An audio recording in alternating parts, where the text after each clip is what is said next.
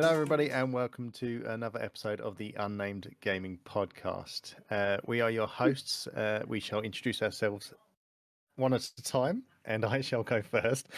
I am Tempus B, streamer, gamer, board gamer, RPGer, and martial idiot. Hello, I am Nettle, creates, and I'm a general idiot as well as a streamer and cosplayer. And I am Bendy, a gamer, an admiral. The admiral to you. Yeah. Hello. Welcome and welcome, both of you. How are you? Yeah, pretty good. Yeah, not too bad. Not too bad. I think I have frostbite on my What about face you? from how cold it was today. Just saying. Were you outside a lot?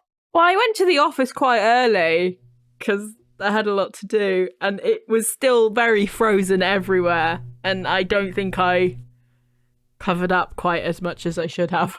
I think it was deceivingly cold today out there because the sun was still out and everything. Yeah.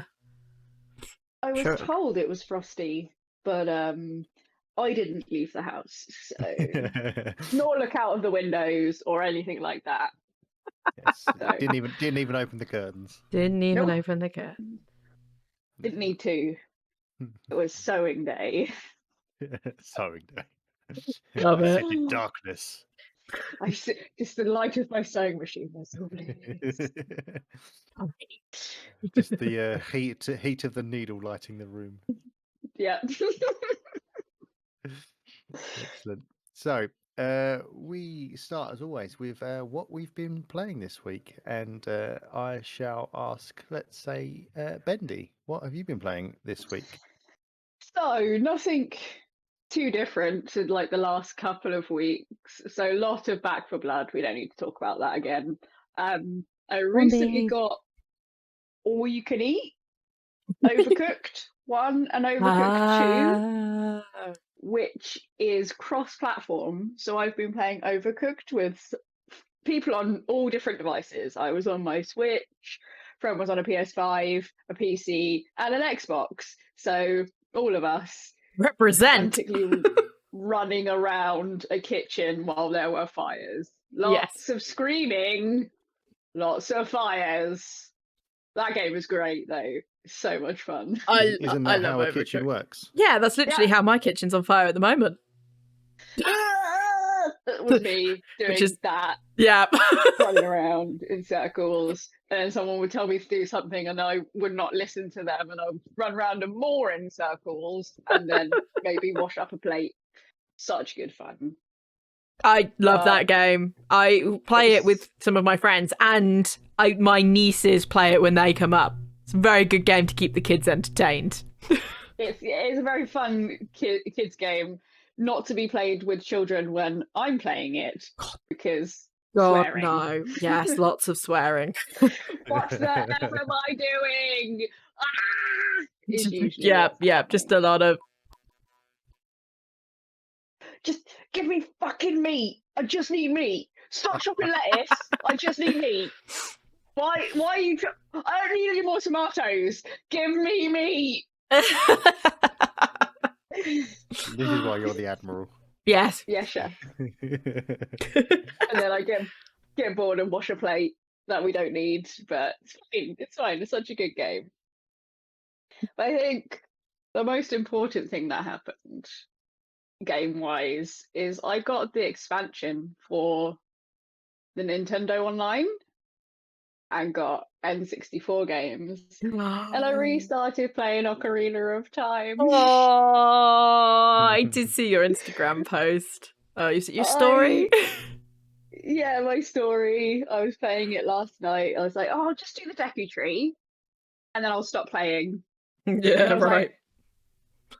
Like, okay, I've done the Deku Tree. That wasn't too bad. I'll just go and see the princess, and then I'll go to sleep. Then I did go and see the princess, and then I knew I shouldn't have played more because it was 2 a.m. by then, so I stopped playing. But I was only supposed to do the Deku Tree, but I had to go see my girl Zelda. Yeah. Just rock It's up. still Hey, baby, it's 2 a.m. What are you up to? not what you're up to, just what WYD or whatever it is. WYD. Hit me back.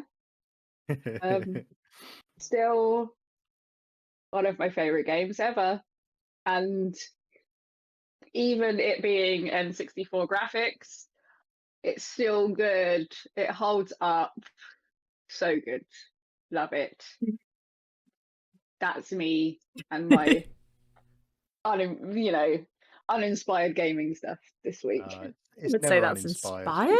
Yeah, it's brilliant. Don't be so silly. Next week it will be I completed Ocarina of Time. Saying it now, there, folks. I'm trying to do it like 100% without just by memory, and I should be able to do it because I've played that game so many times. So I should be able to do it. Talk to me again when I get to the water temple, though. Fair That enough. could be a problem. But yes, this is my by memory run of Ocarina of Time. Very good. Very good. Nettle, what have you been playing this week? So kind of carrying on my like little Zen kind of like, you know, making me feel really calm games. There's a new game called Unpacking.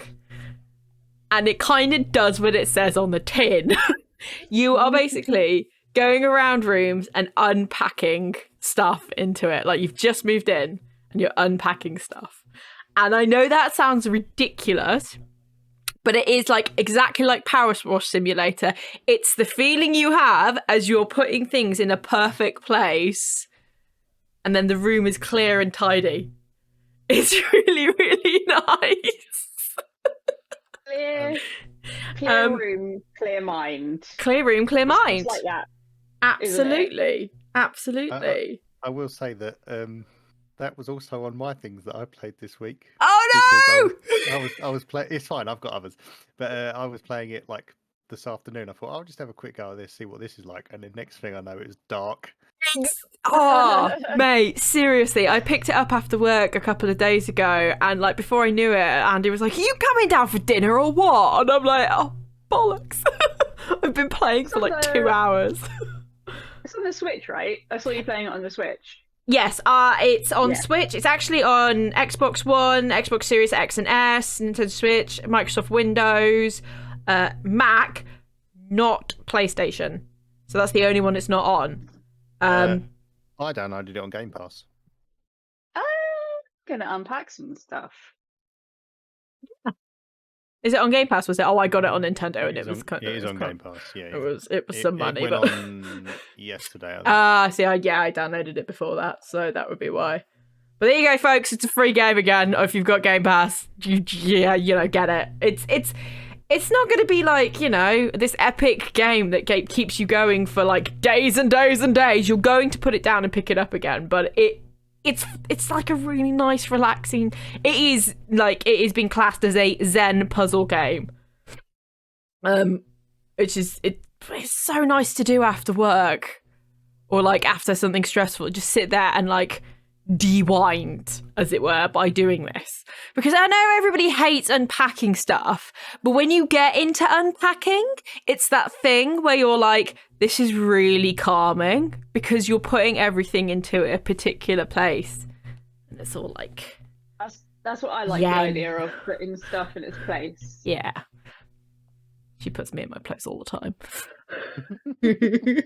But yeah, it's a little indie game from a company called Witchbeam, and it's actually a Humble Bundle published game.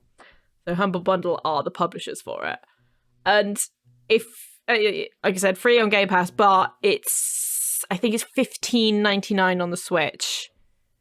20 US dollars, that is. So but it's worth it. You know, it's like any other of these little indie games. It's worth it just to keep you going for like 2 weeks every so often when you're not playing Animal Crossing. It's one of them one of them ones where you're just like, oh, I'll have a quick go of this, see what's happening, and you just can't put it down. No. You want to get everything right and you want to keep going with it. The only criticism I had of it, and I don't know whether this is just because I was in a very like fuzzy brain time when I decided to play it, I went out of it into like its menu thing, and then I tried to go back in and it kept taking me to like the little book, which is the save menu for it, but it didn't say anywhere that this particular thing was the save menu. And for me, it just looked like it was a photo of the rooms that I'd done. And I accidentally ended up deleting my my first playthrough, because I hadn't realised that this was the save and you were meant to just click on it and it would take you back. I hadn't realised that. So I think they need to work on that. That feels like a dev like has got used to this kind of thing and so knew what they were meant to be doing and hasn't really thought about the fact that nobody else would know. But that was my only criticism about it. And it, to be honest, it was probably just me being thick. But yeah, that and Animal Crossing, I've gone back to my island again and got told off by several of my villagers for not saying hello to them. For one of them in particular was like, I haven't spoken to you in 10 months. And I was like, wow. That's what I've been playing this week. I know, exactly. It's like, you know where my mother is, mate. To get over that, just demolish your island and start again, like I did. Oh, I've been getting my own back by moving their houses around, so... But they're not actually bothered by that. They don't seem to be, do they?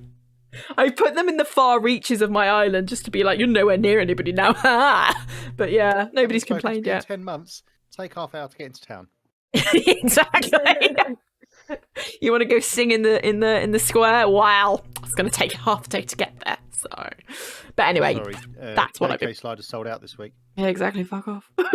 But yeah, that's what I've been playing this week. It's been a very zen week for me for video games. Oh, and also the new Apex season, but I don't want to talk about it. I don't want to talk about it.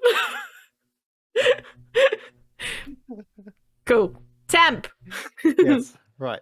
So yes, I played Unpacking this afternoon. But I've also played a couple of other things that one thing is brand new that I didn't see. One is something that I'm coming to very late, and the one I'm coming to very late is the Avengers game. Ah. Finally It's playing on Game Pass.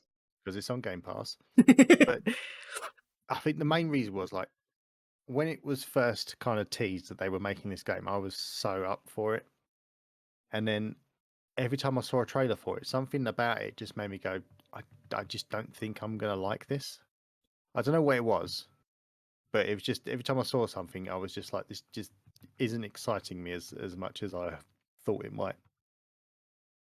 And like from the people I know that played it, they all kind of said, yeah, I mean, it's good, but they basically, it's like a looter shooter of some kind, like where they want you to go and play with do multiplayer and stuff like that with things like that. And it was just, I can see why people didn't want to get involved with that, but I've been just playing the story on my own, and as just a single player story game so far, I've really enjoyed it. So I'm glad I've given it a go.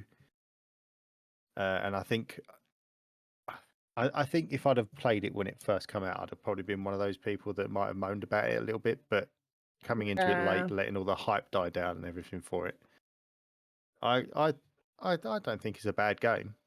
I think maybe it got a little bit of a hard rap, but well, they have patched it a few times since it first came out, but I think it's one of those things where it Avengers it was overshadowed by what it was.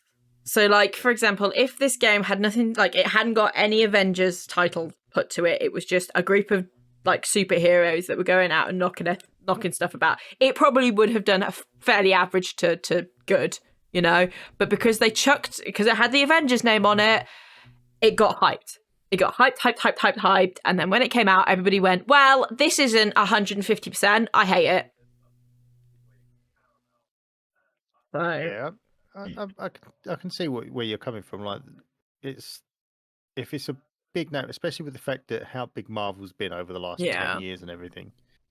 Anything with Marvel on it, people just expect great things. I'm not being funny. You look at the Spider-Man games the Insomniac have done recently. They were phenomenal. And I Yes. cannot wait for the Wolverine game. I think that's going to be great.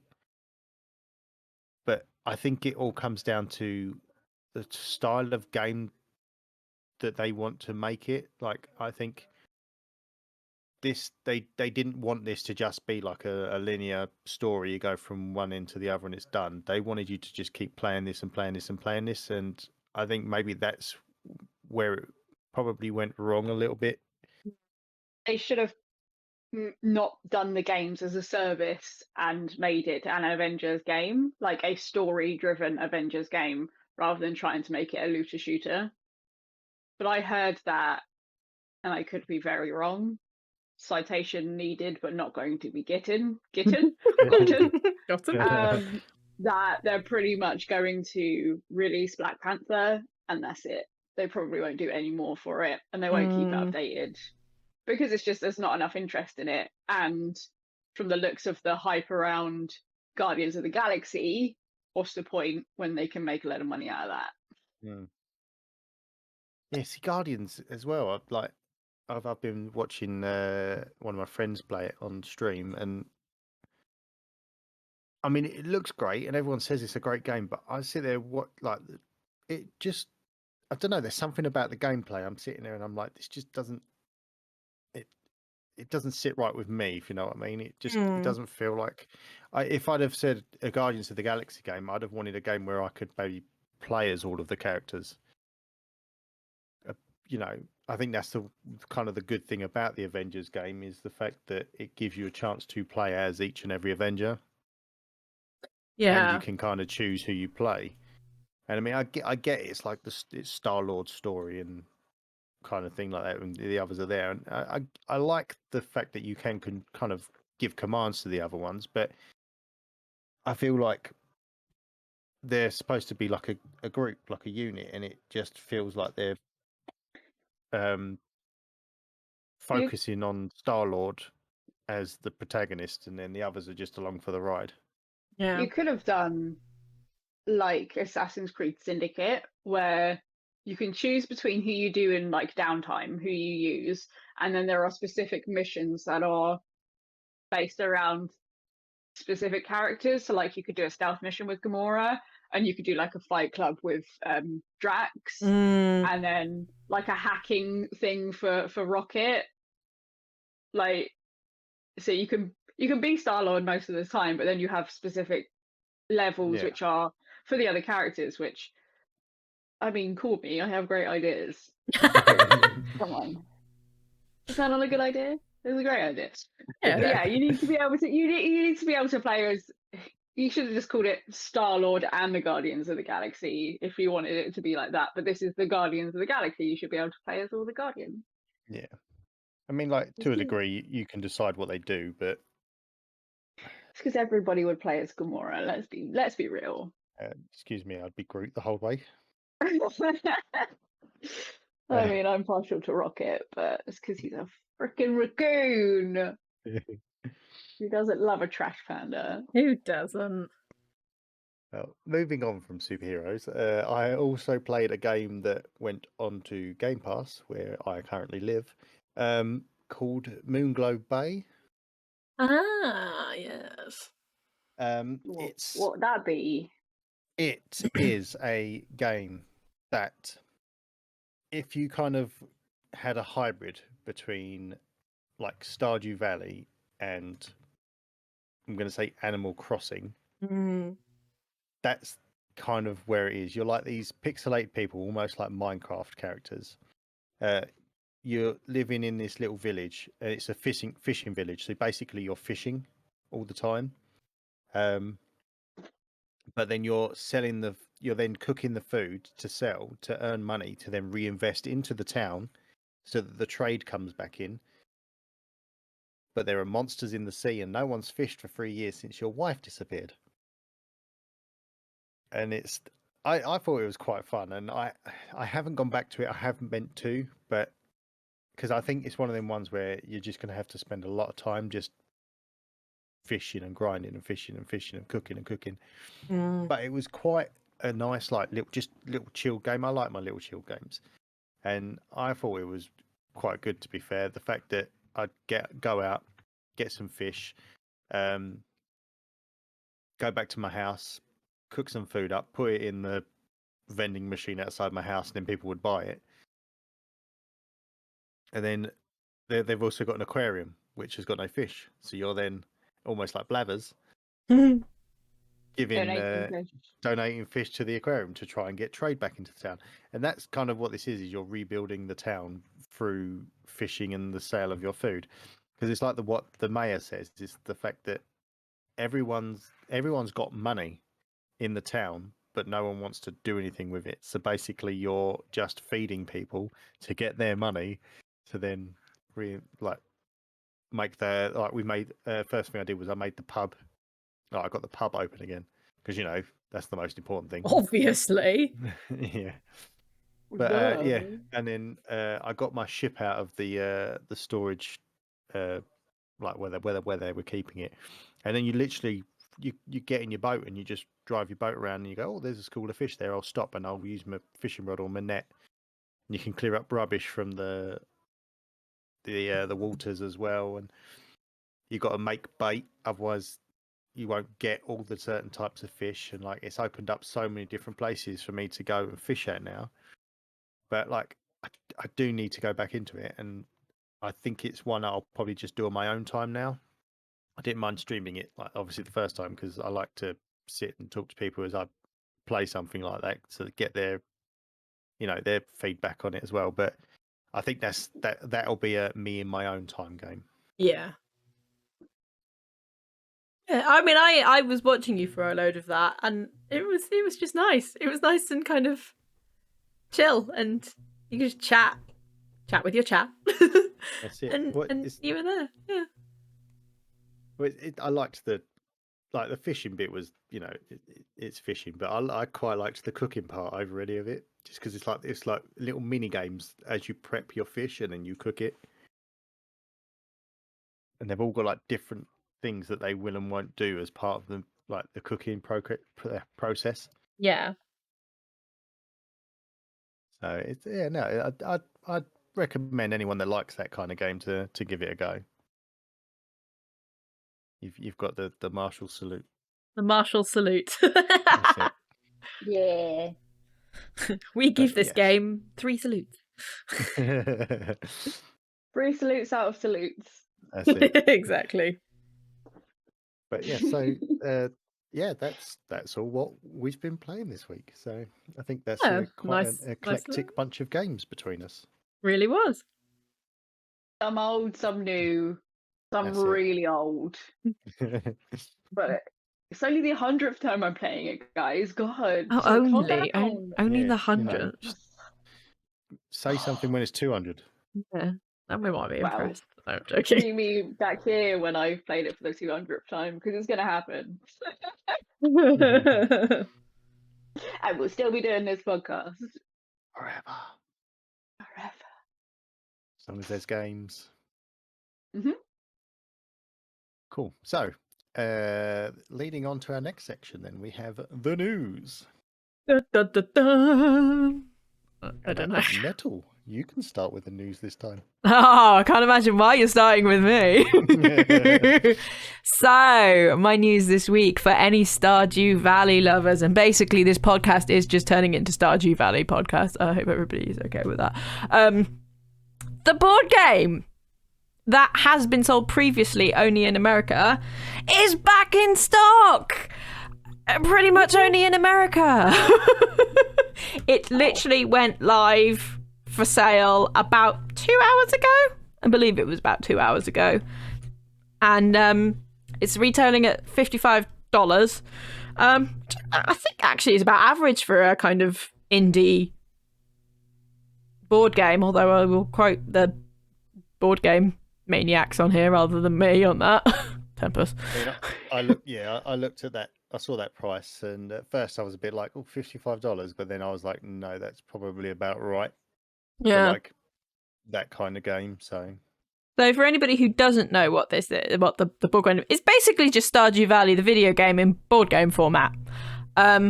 You can play it with, I think it's up to 4 people, much like the actual game. And, much like any other tabletop game, it's just a fun little rendition of it, and you can get drunk while playing it. It is supposedly... Stardew Valley. Yeah, exactly. It is supposedly for sale in UK, Europe, New Zealand and Canada in selected retailers. And I have spent the last 2 hours going around various board game retailers and could not find it. So where these retailers are, I do not know. The website, unfortunately, isn't very helpful in that regard. They confirm that it's going to these countries, and they say, unfortunately, because of the way it's going out, they don't know which retailers have them, and people should try and get in contact with their local board games, companies. And it's like, that's all well and good. The UK, New Zealand, Canada, they're not that small, mate. We can't just go to our local retailer and that is the local retailer for the entire country. It's not how it works. So if I find out where the board games will be supplied in the UK, I will be posting links on our Twitter and on all of our sites and stuff, just so anybody knows where they are. I will say, as of when this podcast actually goes out on Saturday, I highly suspect it will be sold out already everywhere, because this is the nature of this board game. They only print limited supplies of them, so they go quickly. And unfortunately, the resellers have picked up on this, and the previous lot have gone onto eBay for nearly £300. thanks. Yeah, exactly. It's like, I like it, but not that much. So, yeah. I'll wait. I'll be patient. But yeah, for any Stardew Valley fans, the board game is coming back. Board game fans? I should say it would be just a board game fans, to be honest. It looks like a fun little game. A cooperative game of farming and friendship. Please. It says it on the box. Doesn't love farming and friendship. So yeah, that's my news for the week. If you can find it, I tip my hat to you, and I hate you in equal measure. How about you find it and you send it to us? Yeah, and we'll play it. Stardew Valley. Send us the board game so we can review it. Yes, consent ape. Come on, consent ape. Come on. We talk about you all the time. Literally, the last 7 shows you have been mentioned every time. So call us. We love you. We love you and everything you do. The artwork in this game looks super cool. Yes, I did look. I had a quick look before we started this, and I was like, it's so good. It's really pretty. Over the tiles. It's really pretty. I want. But that is me for this week. More Stardew Valley. More concerned ape. Well, I mean, What's about that? if they keep giving us news, what are we to do? I don't know. We have to tell everybody. As serious games journalists, we have to talk about it. You heard it first, guys. We're serious games journalists. Couldn't even say that with a straight face. Yeah. We're not journalists. Sure. Serious. We're idiots. That's the entire tagline of our goddamn cast. I'm pretty sure journalists don't sit here in their the child Star Wars pajamas while recording stuff. But I'm comfy, so yeah. Be comfortable. Who cares? Yeah. We've already seen what you look like. It looks very cold in your house, I have to say. I did just see that picture, actually.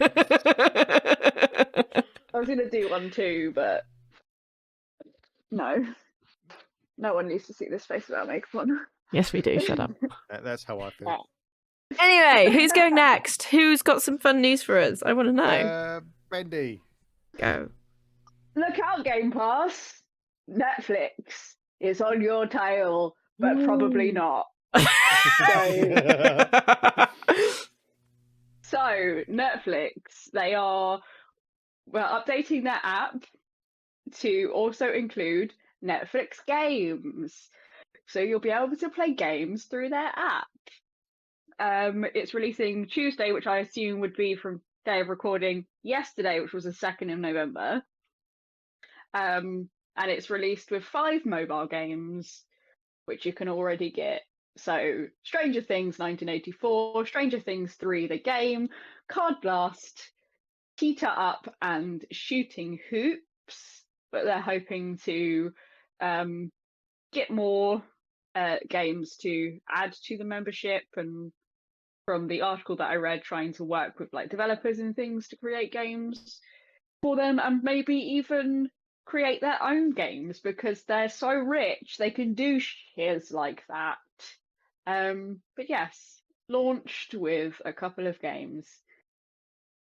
This is why I said probably not gonna make up for with the Gamecast, but I mean, they're mobile games as well, aren't they? Yeah, It's that's the thing. It almost feels like, I don't know if you remember, like back when we were kids, like being able to play games on your Sky TV with the remote. like, yeah. or those games that are on teletext. If Oh you're my gonna go real god!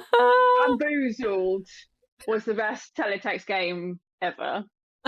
And I was always bamboozled because I was a dumb child. So Yeah, I mean, congratulations, Netflix, I guess, on dipping your toes into mobile gaming. Yeah. I'm not sure we're ever gonna get like AAA titles out of them. I mean, I could be wrong, but it's just, it feels like to me a cash grab because the gaming industry is so lucrative, and how popular Game Pass has been and how much money Microsoft are making from Game Pass. They're trying to step into the waters, but if you're going to do that, do better. Yes, So don't definitely do better than 2 freaking, was it Life is Stranger Things. The Stranger Things, that's the one, yeah. I get it, it's like one of your most popular like series, shows doesn't doesn't doesn't necessarily mean that your games are going to be any good, or they'll be any good as games. See, when you first mentioned that they were doing it, all I could think about was Stadia. Oh yeah, that was. Where did that go? What happened to that? No one knows, and it will be dead. I mean, I don't know anyone that actually bought it, so. I mean, that's the thing with that, is it was probably a good idea with the fact that you just streamed the games from their thing. It was almost just like a Game Pass service for it or whatever. But yeah, I think I don't know why it did die. To be fair, I don't even know why. It just never hit off the ground. But you paid for the streaming, and then you paid for the game. Oh right, okay. So you'll pay your $17.99 or whatever it was a month to have Stadia to be able to stream it. But then you would go, and if you wanted to play Assassin's Creed Valhalla, for example, you'd have to pay full price for the game. Yeah. So it wasn't like a subscription service where you could have free games like Game Pass. Yeah. It was purely for the streaming aspect that you were paying for. All right. So and they didn't have enough on it to. I get that. Like, you wouldn't mind paying. I mean, if it was a way of literally just buying the game digitally, you'd just do it on any other consoles anyway. So you'd think the whole point of the streaming aspect of it is you'd pay your rental fee, or like, your £18 a month, like you said, and you could play these games when they were released, but without actually owning them. Yeah. But like the fact that you had to pay that and then buy the game yourself anyway, like no one, I can see why it's dead then. Like, it was not a good service model at all. Who wants to play Assassin's Creed Valhalla using their mobile phone screen? Like, I can understand if you're traveling a lot, but why not buy a Switch and buy some Switch games? Valhalla's not going to look good streaming it to your phone. No matter even if you've got the massive Galaxy phones that are huge, it's still going to look tiny. It doesn't make any sense in my mind. Stadia wasn't just your phone; it was like Chromecast. You could just plug it into your TV, and then you'd have your controller. So it wasn't just your phone. Yeah, no, just the only sense it kind of makes is to be able to have big AAA games on the go. Yeah, because otherwise it wasn't financially viable to buy the Stadia, pay for the subscription. If you're going to be playing at home, you might as well just buy an Xbox or a PlayStation. Yeah, I mean, I think it was meant mainly for computer people because it runs off computer basically. Mm-hmm. So I wonder if they thought it was going to be something better for parents to get children without having to, because I don't think it was overly expensive, was it, compared to like it wasn't hugely expensive. It just wasn't necessary. They overthought it so much, and then the problem was they also paid quite a few games to be made, and have since scrapped the idea of having these games. So there's a whole bunch of games that were meant to be made for Stadia, and then they've been given back to the studios and told find somewhere else. We don't want them anymore. So I'm not really sure what's going on with them at the moment. They're clearly having an issue of do we want to keep this going? But play games for free with Stadia Pro. I'm just on the Stadia website at the moment. Yeah, I mean they've got Stadia Pro is $8.99 from the looks of it a month. Got Control on there. And Hitman. To be fair, like it's not a vast library either of games. Like if this is literally all the games they've got, how many have they got here? 5, 10, 15, 20, 25, 30, 35. They've got 39 games in their inventory. nothing. 39 games is absolutely and that's nothing. The Pro one. Yeah. Most of these you can get on Game Pass too. Yeah. Or cheap on sale. Mm. But Paw Patrol, Mighty Pups. I saw that. Cake Bash. Cthulhu Saves Christmas. What? Hold on a second. I need to Where's this? That might be my Christmas game. Jesus. Is this genuinely a thing? You're not bullshitting me here. No, it's definitely a thing. Called Cthulhu Saves Christmas. It's on Steam. Cthulhu Saves Christmas. It looks like old school Final Fantasy. Mate. Oh my god. £7.91. £7.19. I need to play that game because no Cthulhu. You will be hearing me say, well, this week I have played Cthulhu Saves Christmas in the coming weeks. It's on Switch, Bendy. Mary, I need it! Mary, oh my god, if you don't... some videos, it says Cthulhu goes to the post office. If you don't record yourself playing this as Prudence, Ben, I will be severely upset. Cthulhu Saves Christmas. Cthulhu Dad. Over Christmas, I will do a reel or something of me as Prudence in a Christmas hat with my horn sticking out, playing Cthulhu Saves Christmas on my Switch. You have to send it to Oxventure. Oh my god, look how cool Cthulhu looks. It looks like Stardew Valley. Oh my god. Cthulhu Saves Stardew Valley. Oh no. We have digressed so badly. No. Eldritch Horror Saves Christmas for fun and profit. Oh, amazing. Oh, I am thank you, Stadia. You've given me we found to live for. The one reason for Stadia. And we will not play on Stadia. Nope, find it on the Switch. Oh my god, there's a series? There's more than one Cthulhu Saves game? I don't know. It says the series is Cthulhu Saves. Is there going to be more? Oh my god. Cthulhu Saves the World. Oh no. Oh my god, Cthulhu Saves the World. That's on Steam as well. Oh no. That's $1.99. My gosh. Oh, this is now a You Cthulhu's get 2 games for podcast. $1.99 on Steam. Things to do today: defeat evil and regain your powers. Destroy the world. Oh my god! Oh my god! Listen to this. The Lord of Insanity, Cthulhu, was all set to plunge the world into insanity and destruction when his powers were sealed by a mysterious sorcerer. The only way for him to break the curse is to become a true hero, save the world to destroy it in an epic parody RPG journey of redemption, romance, and insanity. This is the best thing I've ever heard. You get to romance Cthulhu. Oh, baby, this is the best thing I've heard in forever. Oh. This is quality. Reading the description, one of the things is tentacles! Exclamation mark. Y'all. Oh, what a rabbit hole we've fallen down. We really have. More like what Cthulhu hole we've fallen down. Yes. Oh no. My Love it. goodness.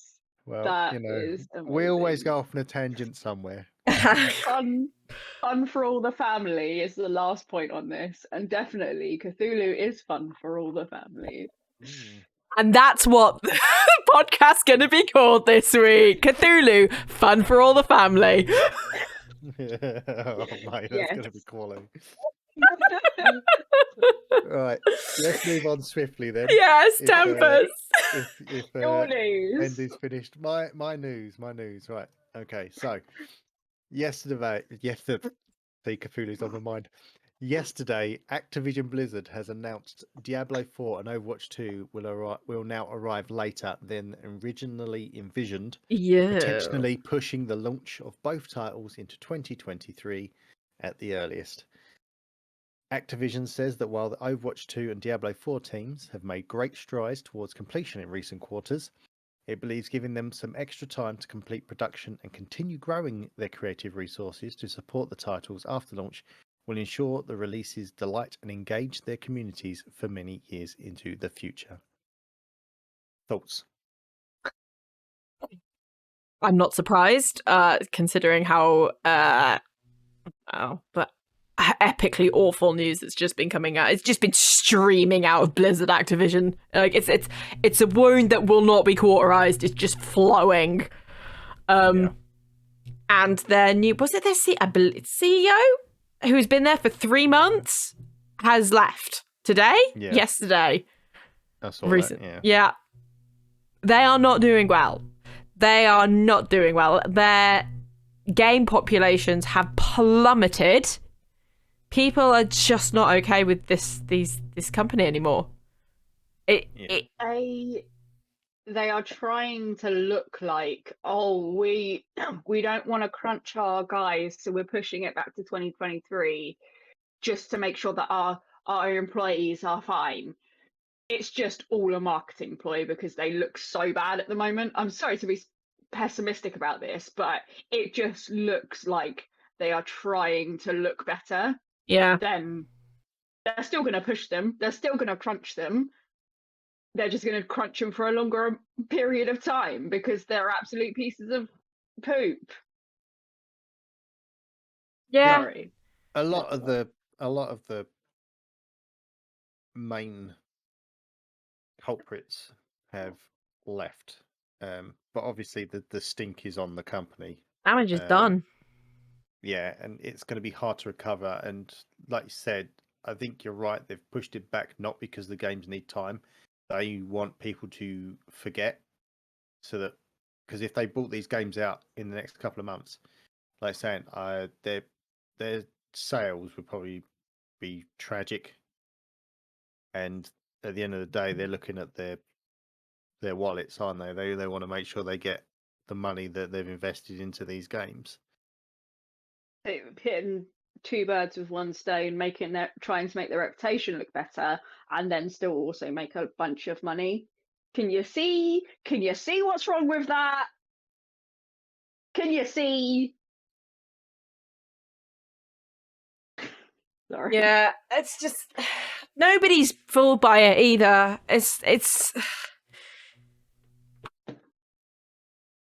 I don't even know what they can do to make it better, to be honest. I don't. There's literally no one who's falling for it, I hope. Well, I mean, it's too well timed. I mean, he's from my point of view, and we obviously all know how I feel about Overwatch, is yes, like what they did was just wrong, disgusting, everything about it. But I just love Overwatch, and I don't think I'd have not been able to buy it. But that's just me. But you know, I'm not saying I'm doing it because I don't care and I don't agree. But it's a game I've been waiting for so long, and it's just kind of this has come out over the course of when they announced it was being made to potentially it was coming out at the beginning of next year. yeah. And it's hard because I do want it. I do want to play it on day one, and I would play it forever. But like it is difficult because I don't agree with the way things were there.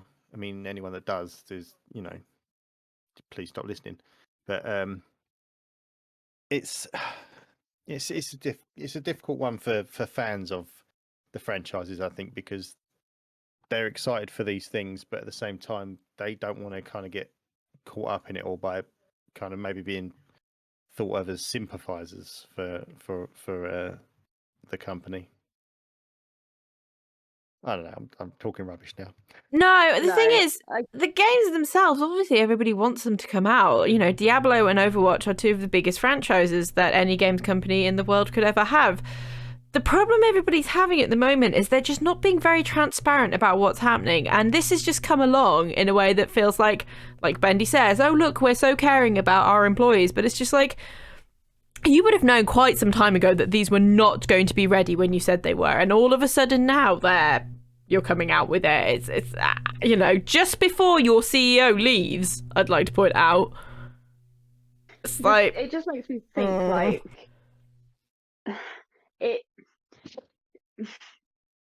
would you have pushed to get them out if you weren't in such bad straits? Yeah. That's what I'm thinking in my mind. I think that's what a lot of people are thinking, is just like, are you doing this genuinely because it needs to be pushed back, or are you doing this because like you're in bad press? Would you be doing this if you weren't in bad press? I think the answer is no. They'd just be chucking everybody to the wheels. Mm-hmm. Yeah. The thing is, like, I don't know necessarily about Diablo 4, but we've never actually had an actual release date for Overwatch 2. I don't think Diablo 4's actually had one either. But the fact that they've never said a release date and then they've come out and said it's been delayed, I don't know if they necessarily needed to come out and say they're delayed because no one knew when they were coming out anyway. It's like you're saying, it feels like they're trying to push attention away from everything else by saying these games are now delayed.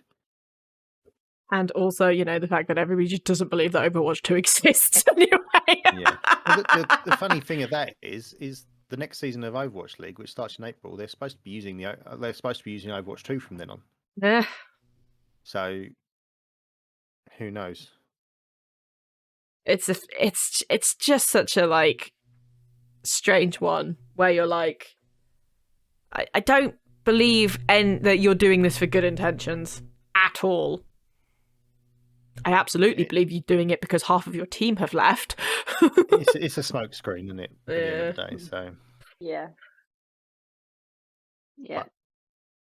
I truly hope I'm just being skeptical and a bit pessimistic, and they are actually doing this to help people. I just don't feel like they are. Yeah, I know what you're saying. Like if they'd have come out and done it like months ago, Yeah.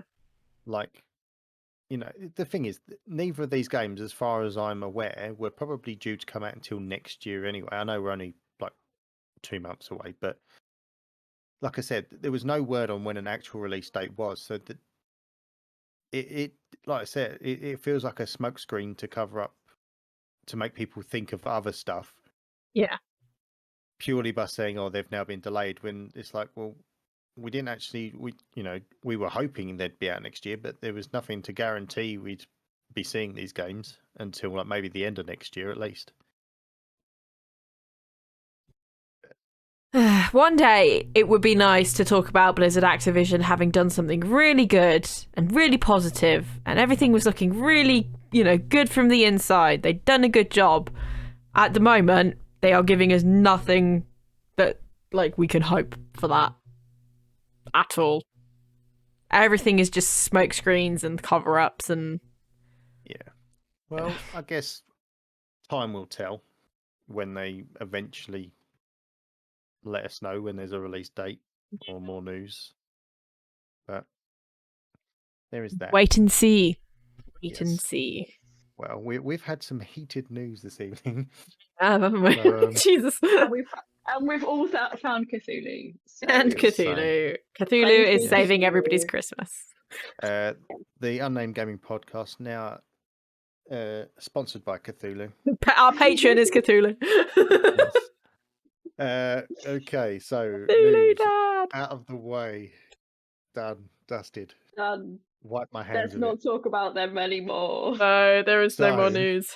Yes. So, what our topic of the week this week is, I put to Bendy and Nettle, what retro? I've said retro, but I don't necessarily mean like 80s and stuff like that, but it's something that maybe hasn't seen anything new for like maybe 5-10 years or anything. It can be older, but any game you would like to see get a new lease on life, so a reboot as such, like a brand new game. Can be anything you like, and like kind of how would you envision it playing? Like, would it just be an updated version of the old style, or would you change it up? So that's what I put out. Completely forgot I'd asked that question, so I've had to think of one while we're doing this podcast. So you made me actually research and think. I actually did it before you asking me this question like every other time. I just, on the fly. I actually did my research.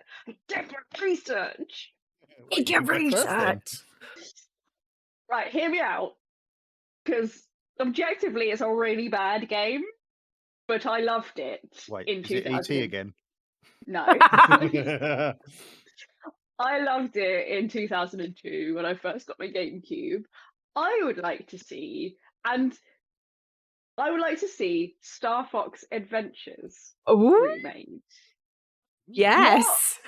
Not like that was, not Star Fox, not the flying games, Star Fox Adventures, where you get to play as Fox McCloud, run around, play as all those other characters that they are there to get those little blob things, collect those, and you put them in the place, and then they do things, and then you have like a little cute little hub world. I think it'll just be a nice, like, remade like they did with Spyro and Crash, like just rebooting it, nice, colourful, up-to-date graphics, but then having a Star Fox Adventures game. I think that would be a really fun idea. And I know people hated the game at the time because it wasn't Star Fox. It wasn't flying through space and pew, pew, pew, doing barrel rolls.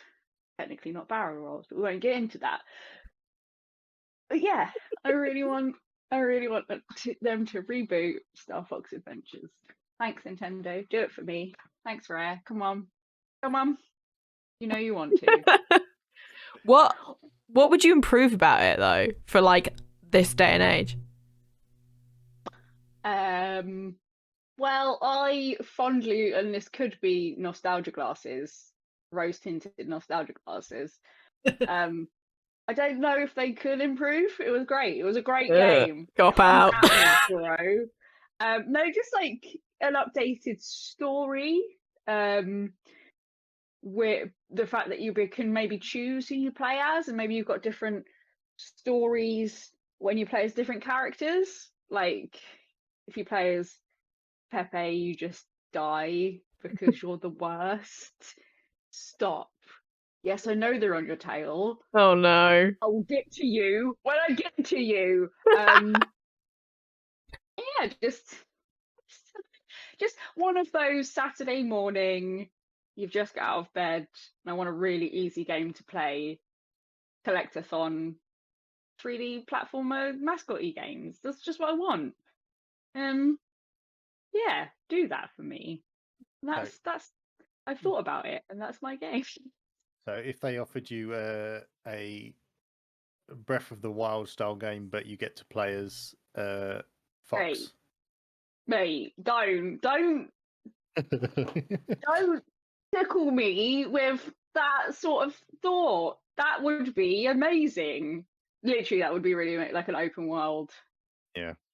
But you are Fox and Cloud with your robot legs. Yes, give that to me. Thank you. You can even just add in, like, if you wanted to do just a full Star Fox reboot, put them both together and have like No Man's Sky, but for Star Fox. Land on a planet, do some stuff, fly back up, have a fight in space, go to another planet, do some more things. There you go. That's my idea for a Star Fox Adventures reboot. So, in other words, Nintendo, call Bendy. Call Bendy. Call me. Yeah, we'll get the Bendy seal of approval. I'm going to go 2 salutes out of salutes because it's not been made yet. I like the way you say "yet." Come on. Like it's happening. It will happen. It's happening. It's happening. There apparently was one for the Wii U, which no one played because nobody had a Wii U. So do that, put it on the Switch. Do it. I like it. Yeah. It was very, very outside the box, I think, with that one. I mean, I know people don't talk about the game fondly, but I just remember just having a great time because I was never really good at Star Fox, the flying games. So I loved them and I love to watch my brothers play them, but I could never get into it because it was a bit too hard for my brain. But you put an RPG adventure game in front of me where you get to play as the character and it tells a story and you have to collect a load of stuff. I absolutely love games like that, and it's using characters which I liked watching people play as a child. So yeah, I'd like to see that come back. And in general, like they've done it with Mario, they've done it with Zelda. Bring back more of your big IPs from the 90s. I mean, Twilight Wars was one of the biggest games on the N64. So, it's a big name that you've done nothing with since a direct sequel to the Wii U. Come on, Nintendo. Come on, Nintendo. Nintendo. You know you want it. Rare, what are you doing right now? Probably nothing. Do they even exist anymore? Probably not. I think they're still a company. Oh, are they? Who made They made Sea of Thieves. Oh, yes, shit. They did. Yeah. Rare. Here's an idea. Make a Star Fox Sea of Thieves, but in space. Oh, God. Oh, space pirates. Space pirates, but you're all Fox McCloud. Everyone. Every single person. It's Fox McCloud, and then sometimes you can unlock some of the other characters, but yeah. So Rare, you've just been bendied, just so you know. Oh God. Yeah. Well, I liked it. I'd probably play it if they made it. I appreciate that, and I think it's a good idea. And I will play Star Fox Adventure when they bring out the extra GameCube expansion pack on the Switch. Because it will happen, and I'll pay for it and I'll play it. So, yeah. Excellent. Thank you, Bendy. You're welcome. Nettle, So my game is one of my childhood favourites, but it's probably one that not many people have heard of. It's a relatively small city builder game called Zeus, Master of Olympus, and it's DLC Poseidon, Master of Atlantis. And much as the titles would say, these are little sort of builder games in ancient Greece, which tells you some, you know, historical, mythological stories from ancient Greece, including Troy and the Odyssey and some other ones here and there. And they have the gods and they have the monsters in them. So it's basically you're building a city in ancient Greece, and you can build temples to the gods that you like, and you also get gods who hate you, who attack you, and you also get monsters that attack you, and other cities that attack you, and that all just goes along with the story. And every level of like the city that you're building comes with a story that you progress once you've done a certain amount of things. And I absolutely loved it. It was a really chill game that you could just build a really nice and very pretty city, because, you know, it's ancient Greece. And I would absolutely love these games to get a graphics overhaul and maybe shoved into Unity, or even Unreal if you want to go that far, and just made prettier and better, and having more, like, maybe more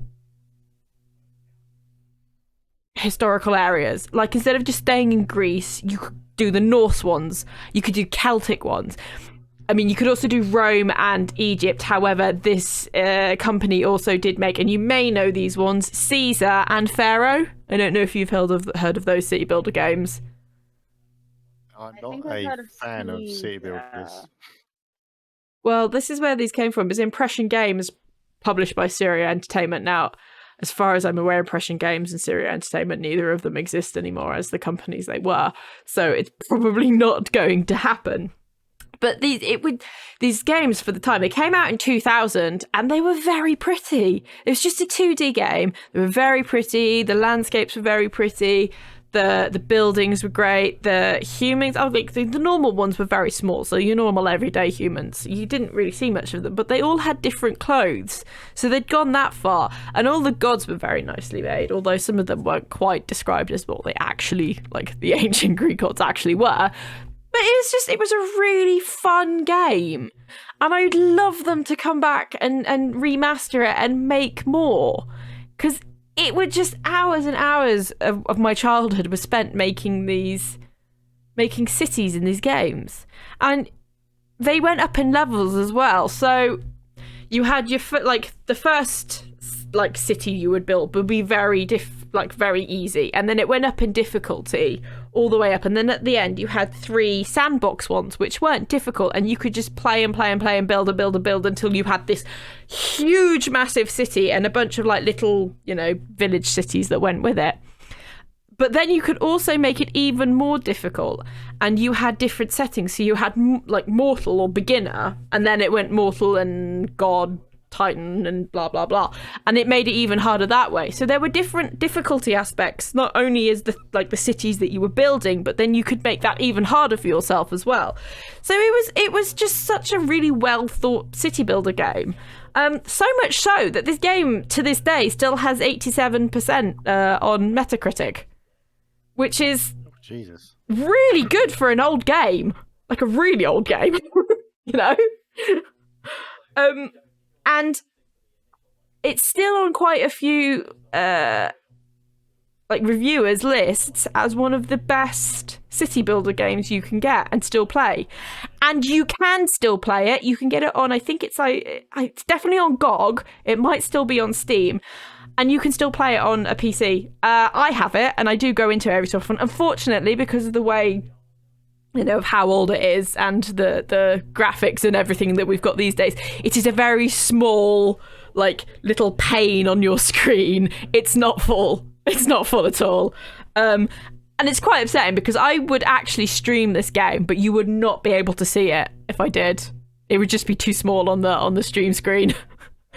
But it's a fun game. If you like city builders, absolutely get this game because it's like $2.99 or something. It's not expensive at all. And it's fun. It's just so much fun. And you have to be really good about it as well. It does make you think about where you're putting things, I will say. Zeus plus Poseidon are both on Steam. There you go. And so is Caesar too. I would say Caesar and Pharaoh are not quite as well thought out city builder games as this one. There's some aspects of it that just don't make sense. I've played both of like the Caesar 3 and Pharaoh, and there's just bits of it that I'm like, eh? But the problem is because I played Master of Olympus first and then went back to play like Pharaoh and Caesar because of how good Master of Olympus was. Is that situation where like in The Witcher 3 was so good, if you went and played The Witcher or The Witcher 2, you're like, what the hell? Which I tried to do, and yes, I totally agree. Exactly. But yeah, it's good. It would be the perfect time because city builders are on the rise and mythology is on the rise. Yeah, thanks to Hades. Like with Hades and God of War. Yeah. And those games. And then what, City Skylines? That was really good. Like people said that was really good.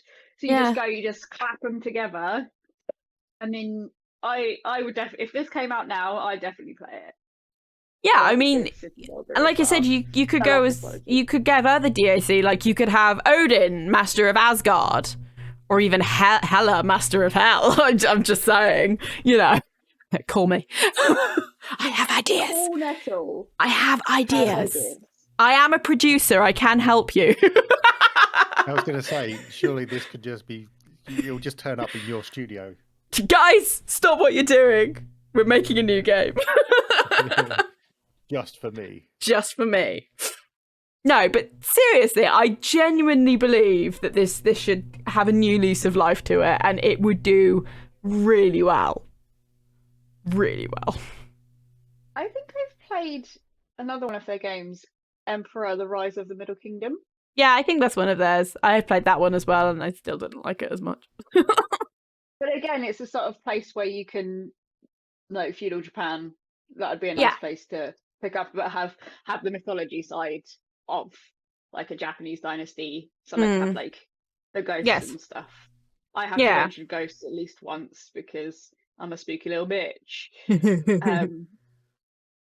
So yeah, I agree. I definitely agree. This should be done. Yeah, if you haven't games.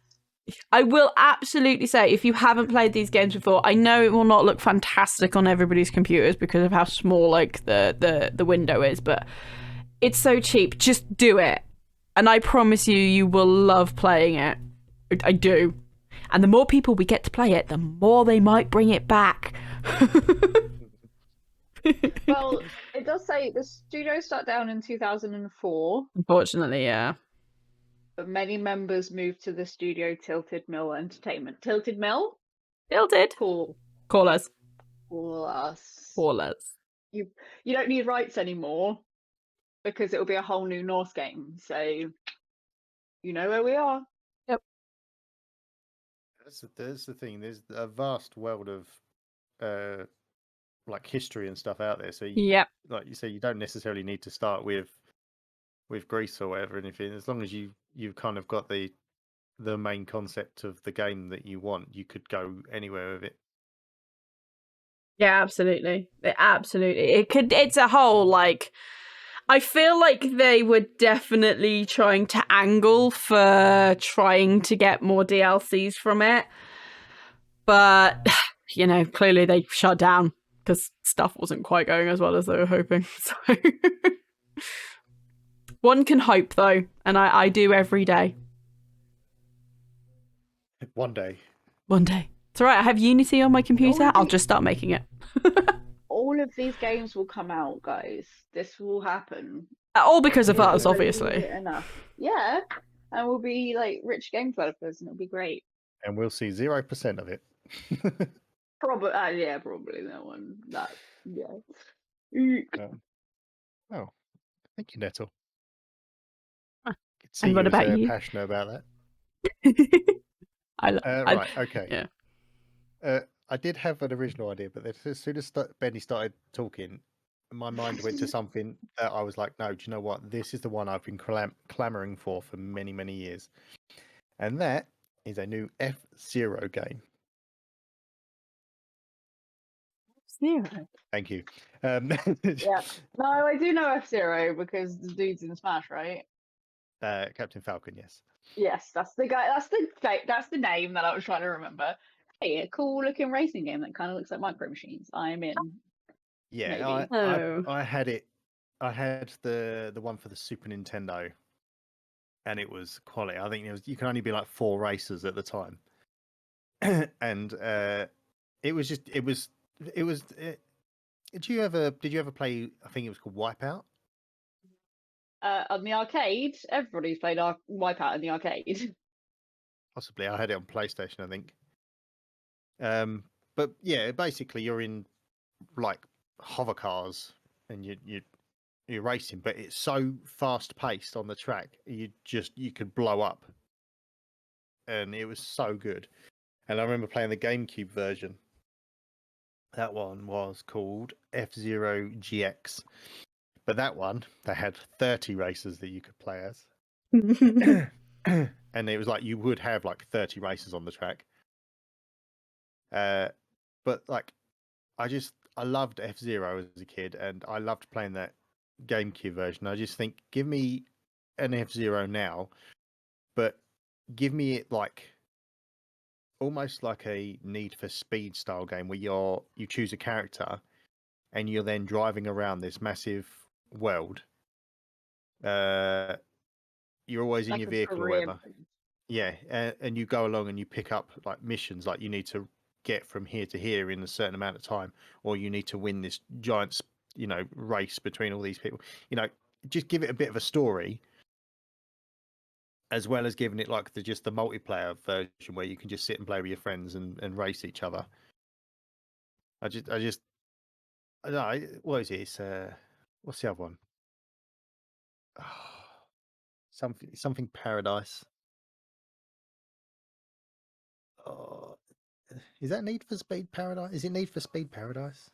I think Something it's like Need that. for Speed Paradise. Yeah. Yeah. So like basically in that kind of vein of the game where you choose a character, you're in your car, you go along, you pick up missions, you do races, you upgrade your vehicle to get more speed, you can customize it and things like that. But like set in like the F-Zero world. But Yes. Do you know what our games have in common? what's Our They're that? other old. lord, our other lord and savior, Shigeru Miyamoto, the myth, the man, the legend. Love him. He makes the best games ever. Yes. Hey, Shigeru, call us. Well, we're Yes. expecting a lot of calls after this one, apparently. Oh, mate, Great. I better let our secretary know. Oh, they're gonna be pissed. Yes. Expect calls from Japan. You're not allowed to sleep. They don't understand time differences. Yeah, so You stay here in your chair and you tell us. yeah. If you No, nod we're off. not. Sorry, we're not Blizzard or Activision. We don't do that to our staff. Oh, Oh yeah, God. I take it back. Wow. Wow. So, I got him. I got yes, him. that's it. I'm now officially leaving the podcast. No. No. No. No, but F-Zero would be a good one. I can imagine like really hectic, big. Like I know you're leaning towards like a campaign sort of thing, but you could also have a good like skilled multiplayer. Imagine having like a online 30 track game. Like I think that would be quite cool, is that? And Well, everything can be just big, more and shiny and yeah. Well, the thing is as well is like you could still have it as like a Mario Kart style game. Like you just go, you choose your racer, we'll just kill each other. And the thing is that what I like about F-Zero was the fact that it was just so fast paced and hectic. If you took a wrong, like the corner wrong, you're out of the race. You're blown up. You're gone. And a lot of like racers don't kind of do that. If you fall off the track, they'll put you back on it. Yeah. He comes and picks you up and puts you Yeah. back on the track. I mean, if he does it in F-Zero, I'm going to be pissed. You'll look really out of place. Look Yeah. like he's What are coming. you doing here? Wrong game, and you go shit. Yeah. Whoops. It's Back just- to Mario Kart. Yeah, it's just because it's the same console. But, yeah, so those are the games Interesting, that yeah. we'd like to see get a new lease of life. What do Considering you the guys last want? F-Zero game was 2004, so Okay. yes. Yeah, but yeah. what does the listeners, what do the unnamed army want? We'd like Yes, to tell hear us. from you. In Yes. the comments. In the comments, pop your suggestions in there. Many comments. When we talk We to our have various connections. studios about what games we're bringing back, we will talk to them about yours as well. They are definitely going to hear this and call us straight away. They will, yes. I love the fact you were like, we have connections. Yes, technically you do have connections in the gaming industry. Well, I it's a know, thing. I know. You are our connection. Exactly. I am your connection. Yeah, go into work, call Shigeru Miyamoto and tell him that I love him. Don't say anything else. Just say that, and then leave. That'll be it. He'll know. He'll know. He'll know exactly what to do. Absolutely. It's actually my 5 o'clock tomorrow, so no, I'm joking. Quality. I think another successful, if maybe renty episode this week. Yes, we have been, haven't we? We have. But it was all okay because we were all saved by Cthulhu. Yes, Cthulhu saved the Unnamed Gaming Podcast. Coming soon to Steam. Oh, seriously. That's You should yeah. call us. That's it. That's it. We'll make a game Oh, eventually. no. One day. And it'll probably be that one. It will be us and Cthulhu. Running around trying to save the world. That'd be so good. There'll have to be some ghosts in there too. Yeah. And I mean, you two can design all the different skins because you could, cosplay them. Well. Anyway, before we get back onto Cthulhu, we shall end the episode there. Nettle, where can we find you? I have been Nettle Creates, and you can find me on literally all of the social medias as Nettle Creates. Perfect. Bendy?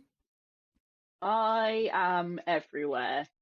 Search for Behind Bendy.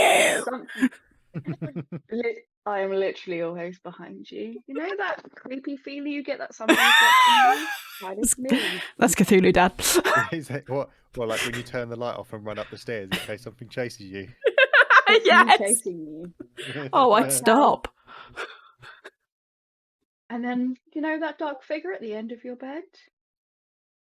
Spoiler alert. It's me! But How do you have time to sleep? I don't. So yeah, I'm on all the social medias, and apparently my Twitter is different than I thought it was. But if you just search Bendy's costuming, you should be able to find me. I'm there. Yeah. Hey Tempus, where are you? Yeah. Me, I'm in all of the places on the internet under Tempus B, all one word.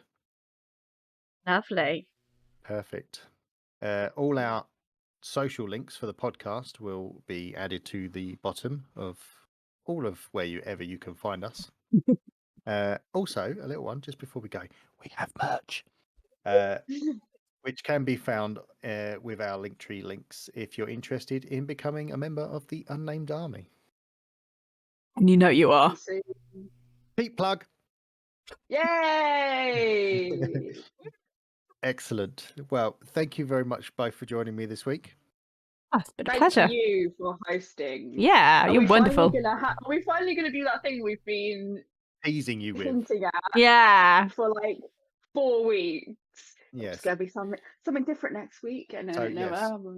Next week, something new this way comes. Something wicked. Yes, we have Hiroyuki Sakamoto. I mean, if we did, Bendy would just be screaming through the microphone. I was going to say, there would be no words. For 45 minutes. And... Ah! That would be if you get him for me. On that note, thank you all for Oh, yeah. listening. We look forward to giving you more content in the coming weeks and months. We have been the Unnamed Gaming Podcast, and that's us for this week. Goodbye. We love you. Bye. Bye bye bye bye bye bye.